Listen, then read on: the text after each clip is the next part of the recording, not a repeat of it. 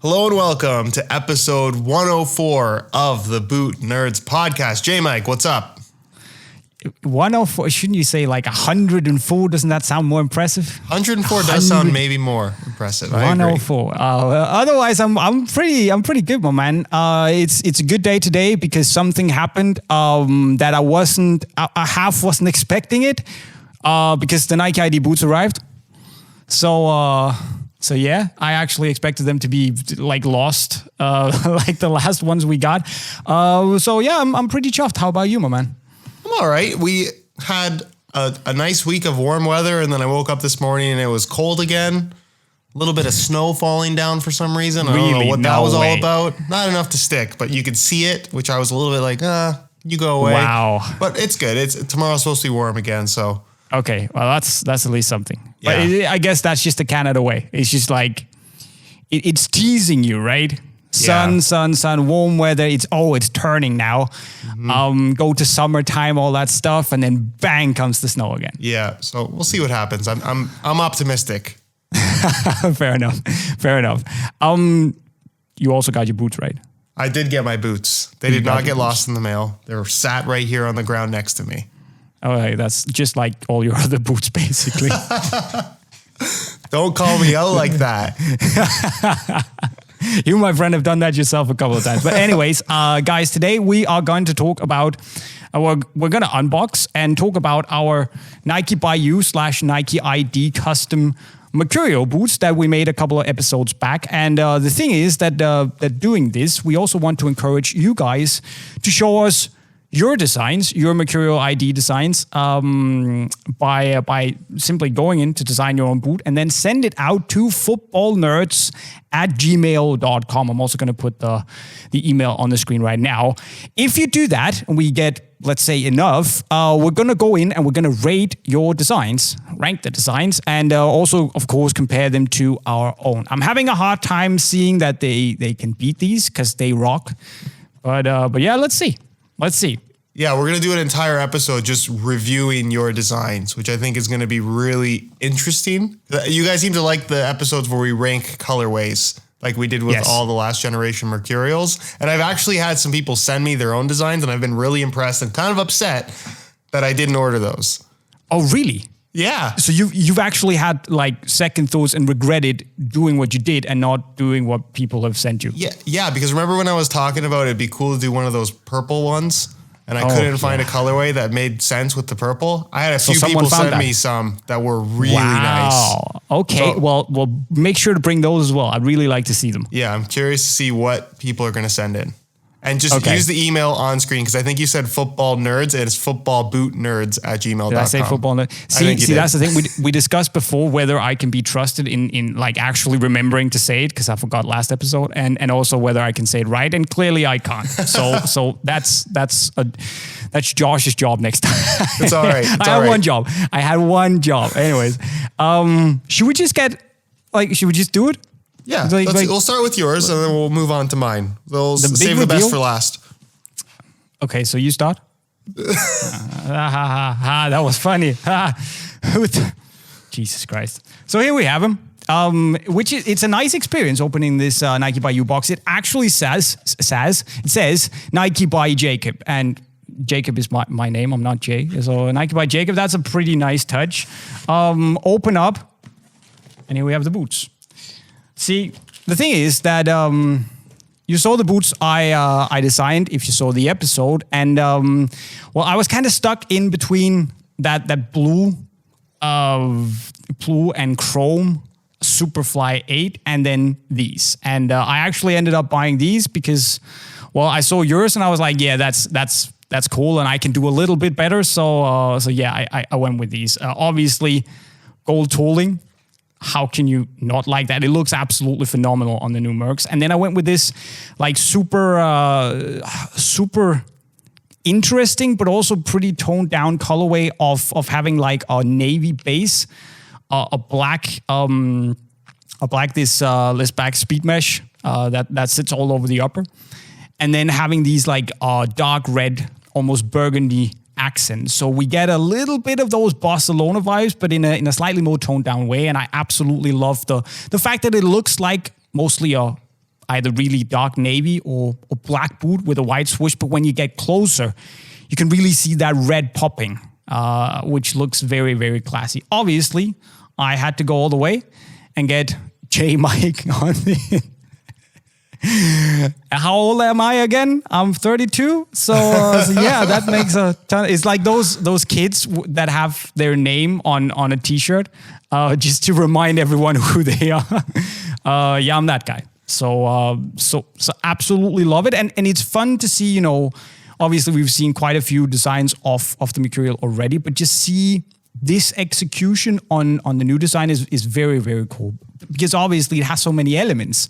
The new boot compared to the Vapor 13. Yeah. So yeah, I'm pretty happy with them. I really like how they turned out. I think when you go with the black mesh base, it really darkens the entire upper. But I think what's cool about the black mesh base, because mine has the same base, is that in the dark, they really do look more black. But then when the light hits them the right way, you really get to see that pop of color on the underside within the liner, which is really nice. I like the hidden detail aspect of that.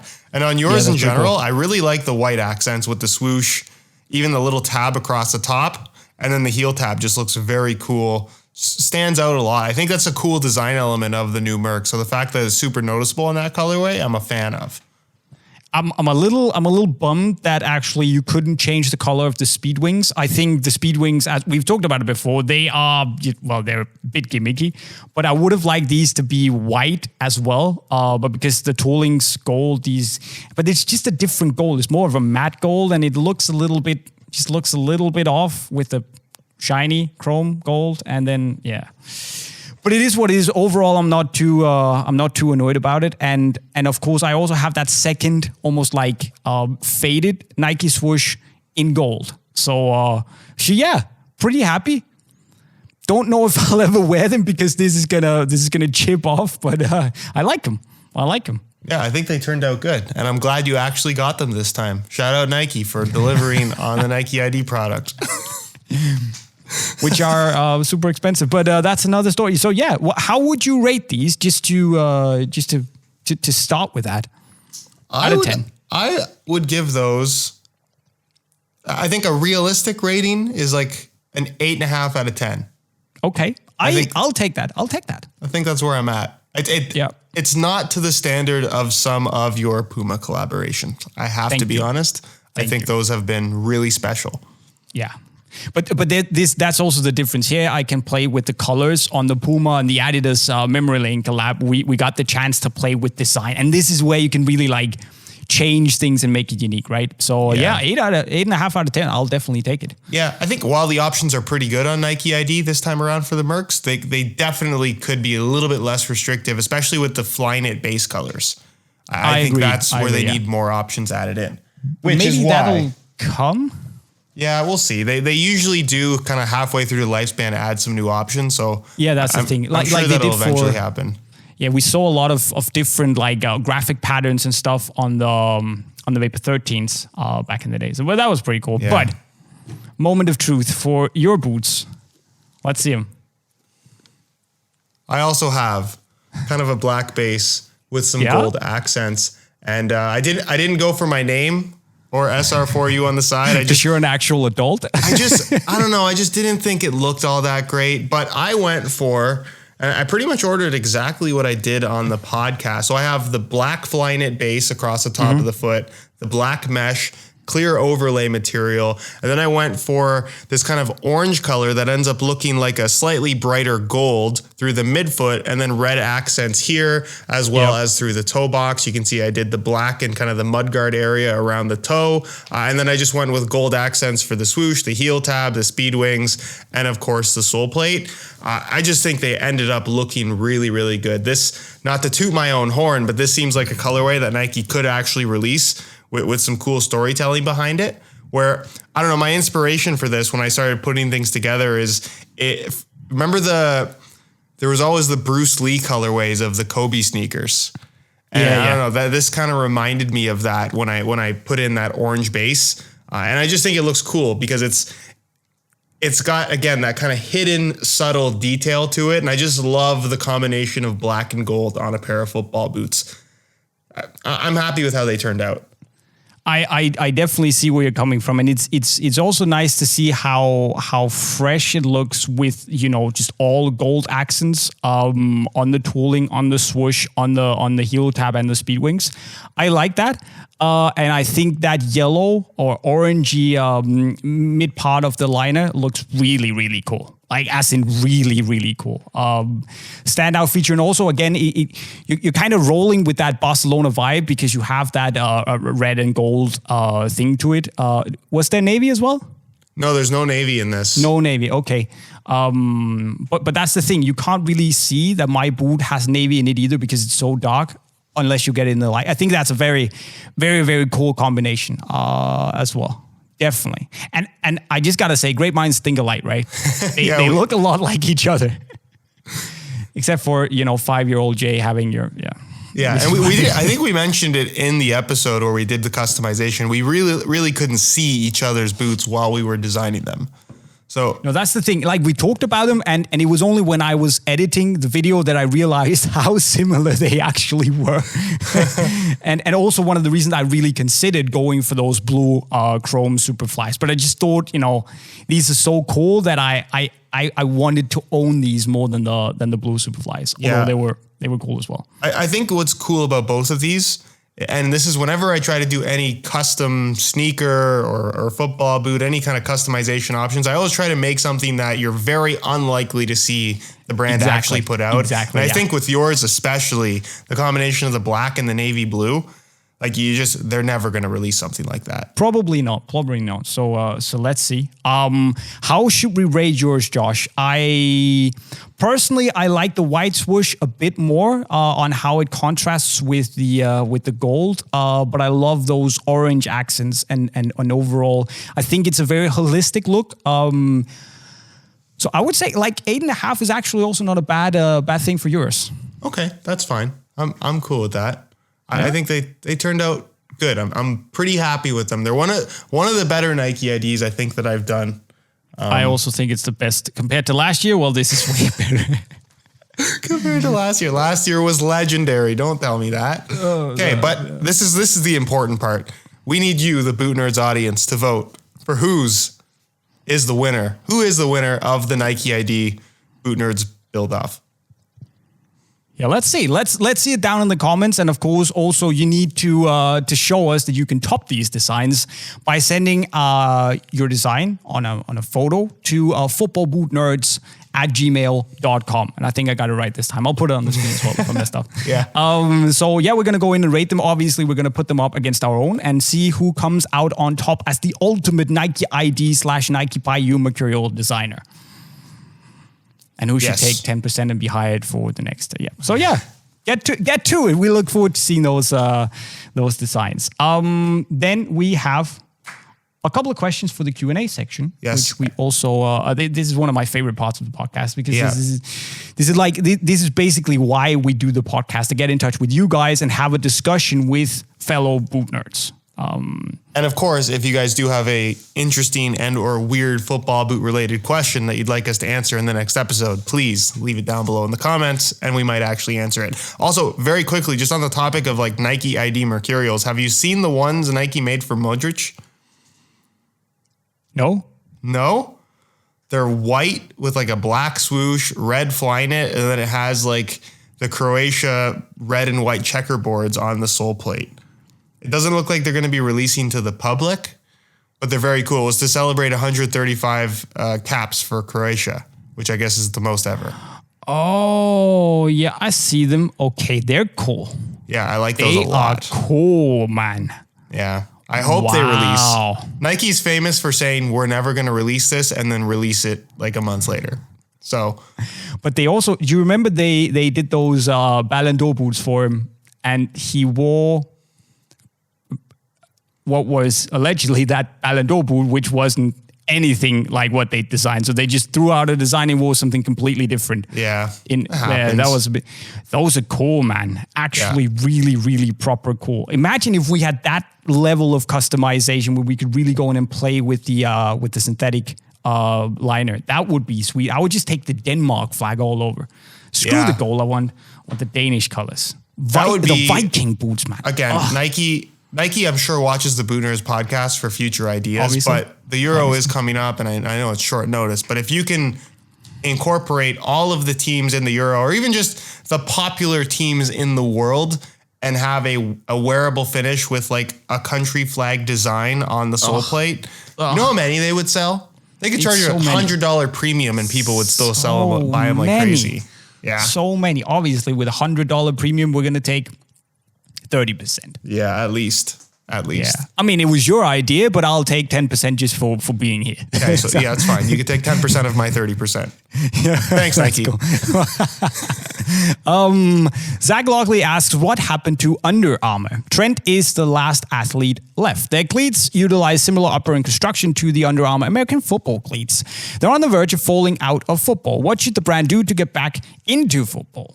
And I thought it was a very good question because I've been wondering myself what on earth is going on with Under Armour. I mean, it's not like they ever, were on top and they were, they were the kings of the football boot world, but they did some proper good stuff. And the Magneticals, for all their flaws, were actually, they were fun boots and they had something going for them, right? The clutch fits were also really nice.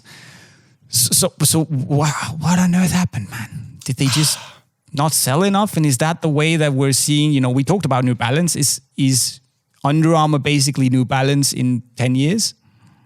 It's really tricky to say. I think the big thing is they've just had a hard time getting any momentum in the football boot industry. Because I'm surprised still at how many people I meet at the gym or wherever it may be, and they swear by Under Armour products, even Under Armour footwear, trainers, running shoes, basketball shoes, whatever it may be.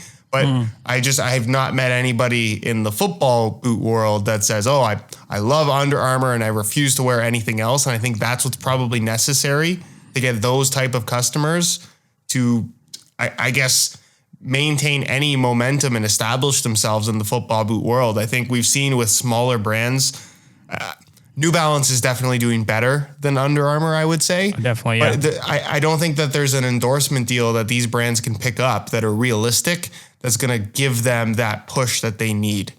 It's just going to come down to making something that I think is different and unique and intrigues people more than anything else, and they haven't been able to do that. I'm going to put something out there, right? I think that Under Armour failed in making products that appeal to the European market. Yeah. I've always seen them as a very their designs are very American. And how do you call a design American? Well, it looks like something that has been inspired by basketball shoes and American soccer or American football cleats. I'm mixing this up. Football is football, right? American football is American football. Good. American football boots kind of trickle down onto their football/soccer boots. And I kind of feel like as a European guy, it might be a little bit different for you, but as a European guy, we don't really have any relationship with the Under Armour brand. Yeah, they were kind of the first ones to really go big on base layer, but for football boots, I mean, the boot nerds, we know the brand, but I don't think anyone else really do. And do they make great products? Yeah, fantastic products. And they are actually really innovative. But it's just as a European that their designs don't really appeal to me because it looks very Americanized coming from other really American sports, if you know what I mean. Yeah, and I think we just did a whole episode 102, I think, is when we talked about the New Balance Furon. Oh yeah. And New Balance is kind of in the same boat as Under Armour in the football boot industry, where they're not big players when it comes to football boots, but they're huge companies that are very well established and can charge that premium retail price you expect a big brand to have in almost every other category. So for a brand like Under Armour, just like New Balance, to come in, I think they could be successful at a lower price point for a top-end product. But that's not what they want to do. They want to go in and compete against the Nikes, Adidases, and Pumas of the world in the same category, charge the same prices, and people are they're not going to take the chance on an Under Armour product over a Nike boot. I'm sorry. And the thing is that in Denmark, the clone Magneticals, I'm just looking at right here, what's that in euros? 2150 DKK in euro. I think it's 300. It's 290 euros for the clone Magneticals. 290 euros. It's more expensive than your Superflies and your P plus laceless Adidas boots. I mean, what on earth is going on? We're berating New Balance for being at a too high price point. What is this, Under Armour? You've basically given up. That's ridiculous. Yeah. No, it's no good. They can't compete at these prices at all. No, and I think that's not. ultimately what it's always going to come down to. Obviously, the product has to be good, but for the same price as the popular brands, it's just going to be way too hard to draw people to the brand. Absolutely. So, yeah, new strategy Under Armour. If they ever come, I don't think they're ever really going to come back, if I'm honest. Anyways, JS, hypothetical question. A new boot style of each of the top 3 brands will be introduced in the coming months. You guys are in charge of creating each silo, and we'll take 10% from each. Thank you very much. What do you build? Oh, geez. That's a loaded question. Ugh. Okay, Nike. They have Tiempo right now, which we're assuming they're going to continue that. Mercurial's not going anywhere. It's just a new silo, just Phantom coming in. GT. So we're just adding something to that. I still am pretty adamant about seeing something along the lines of a CTR 360 comeback with a Kangalite upper. I think that there is room to do synthetic over knit. I know they've kind of sort of done that with the new Vaporposit upper on the Mercurials, but I think a proper full-on synthetic Kangalite 2.0, if you want to call it that, with the memory foam pads. I loved what they were doing with the CTR 360 line. I think that could be really successful. My heart says bring back the T90 full force. Really huge striking elements. And I think it makes sense from the perspective that Adi now has the Predator with these rubber spikes all over the place, right? And I don't expect the T90 to come back as the super bulky football boot, but I'd love to see Nike's take on that type of concept. I can't believe I'm saying it, but I actually agree with you. We saw the success of the Phantom Venom, and that was kind of like a mild T90 hybrid, right? And people still really like that, and there are also still players sticking with that Phantom Venom over the Phantom GT. Personally, I like the Phantom GT a little bit more, but I would see some sense in to go in and combat the Predator line. For that reason alone, I think I would do that. What about Adidas? Adi, I mean, I'm sticking to the plan we've talked about on the podcast a bunch of times. I think they need to introduce a Predator Classic series where it's almost to compete against the Nike Premier. Yeah. And you just make a leather Predator with some rubber striking elements, incorporate whatever modern design you want to, but include some classic styling, I think would be pretty cool. Charge 110 to 130 USD a pair. And I think you have a very, very successful line of football boots. Yes. And then if I was Puma, I would introduce, and it's not brand new, but I would make a laser touch line. Not a King laser touch, but because the King should be the King. But I would make a King or just a laser touch line and make it. I don't care what kind of material it is. It could be leather, and then use the idea that they have with laser touch and just work more on it to make it an actual competitor to the Preds. And if we're introducing the T90, reintroducing the T90, then a competitor to that. And if it was leather, we would have K leather upper with some sort of grippy striking elements, and to compete against the Pred Classics or just the Predators coming up. I think that would be very strong. And if we stay with the €200 price point, I could see that making moves. Yeah, I like that idea too. I think Puma as a brand does not get the credit they deserve in terms of their ideas. I think some of the stuff they've had over the years has been really interesting and unique. Some of it not great, for sure. Like V-Construct as a concept, kind of a cool idea. Not great in terms of wearability of a pair of football boots, but then I look at something like the Evo Power line, and I think that was brilliant. Some of the stuff they did with Power Cat, I thought was brilliant. I'd like to see something more along those lines. And I guess maybe a return of Evo Power or Power Cat again with just looking at the success of the current Predator. There's nothing competing in that category with the rubber elements. So I'd like to see them maybe do something like that too. A modern Power Cat with like an Evo Power Vigor Adablite material would be sweet. Yeah, like that Adapt Light upper was excellent. Yeah. 10% Nike Puma. We'll write our account numbers down here. You just it's time for Josh to get a new car. So yeah. Just anyways, send the money to footballbootnerds@gmail.com. Alexander Krupar. People complain about the colorway. This is that's the Predator hyperlative colorway. This is actually an OG colorway apart from the yellow rubber elements and the blue and black in reversed order. I think it was a boot specially made for referees, so it didn't have the rubber elements. Just Google Kalina Champions League final and you will see. He wore them in the final in 1999. And that's actually true. And it's something that dawned on me after is that I've seen something like this before, but it was, and I don't remember the name of the Pred that didn't have the rubber elements, and they've done that for all the way up until. Did they do one for the Pulse, or did they stop at the Mania? We had the Supernovas and all that stuff. Yeah, I remember the Mania one. I don't remember seeing a Pulse one. No, I don't think they made the Pulse. But yeah. And it was that version. I can't for the life of me remember. And we will get shot down by the proper Pred heads out there telling us what kind of noobs we are.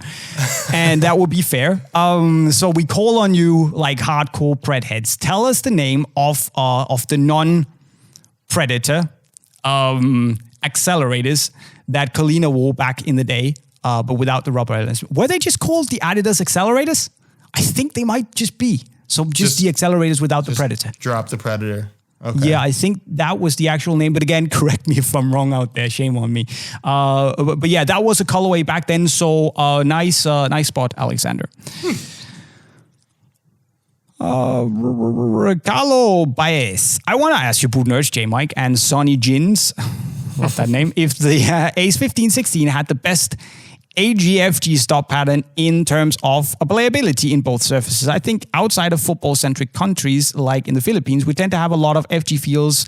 But at the same time, if you want to play competitively or with a team, the games are on AG pitches. Your thoughts on this? Ace 15 tooling was not bad for AG because there were so many studs. It was like 38 or 44, something ridiculous. Yeah, I didn't like the tooling that much, but it was solid for AG. And yeah, the 16 was definitely also not bad because it had those conical studs that weren't too aggressive. So yeah, it's not a bad shout. I mean, I'll probably compare the 16s to the current Puma King Platinum tooling. That's fair. Which I think the studs are a little bit long for most AG pitches. I agree. And I thought the same thing with the Ace 16. Yeah. I think, in terms of like a really well-rounded FG AG stud pattern, Ace 15.1, while not exceptional on natural grass, really good on AG fields. And it got the job done on both surfaces. Exactly. San Fran Fan 30 is saying, I'm still wondering what happened to the boot wall. JayMike must be trapped in the same white void as John Oliver. The boot wall is still there. I just figured I needed some, I'm looking at it right now, but I just figured I needed some a fresh new look because we've been doing podcasts against the boot wall for a while, and you see that in the Unisport videos anyway. So I thought, let's make a new look for the podcast and make it super clean and crisp. And apparently my forehead is burning out a little bit, so need to fix the lights, but that is it. That's the beauty of having the most gigantic forehead and thinning hairline in the world. So there we go. What was the question again?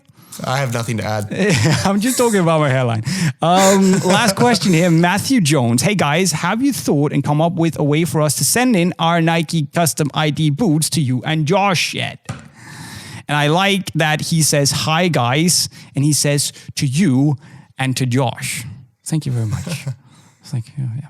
Anyways, footballbootnerds@gmail.com. That's the email. We're going to rate them next time and see if you guys can beat our wicked 8.5 out of 10 designs. So yeah, hit us up. This was episode 104, not 104, Josh. Let's make it grander, please. 104 of the Boot Nerds podcast. Of course, if you have any questions that you'd like us to answer, leave them in the comment section right down below. or any comments or questions or about, don't talk about that. And of course, also, if you haven't done so already, make sure you subscribe to the Boot Nerds podcast by clicking the white bubble in the middle. Go like the video as well. If you had a good time, you can go and see what we're up to on the separate channels next to our heads. And with those words, remember to tune in next week. I've been JayMike, and I approve this message. Thank you very much. See you later. Thanks for watching. See you guys later. Ciao, ciao.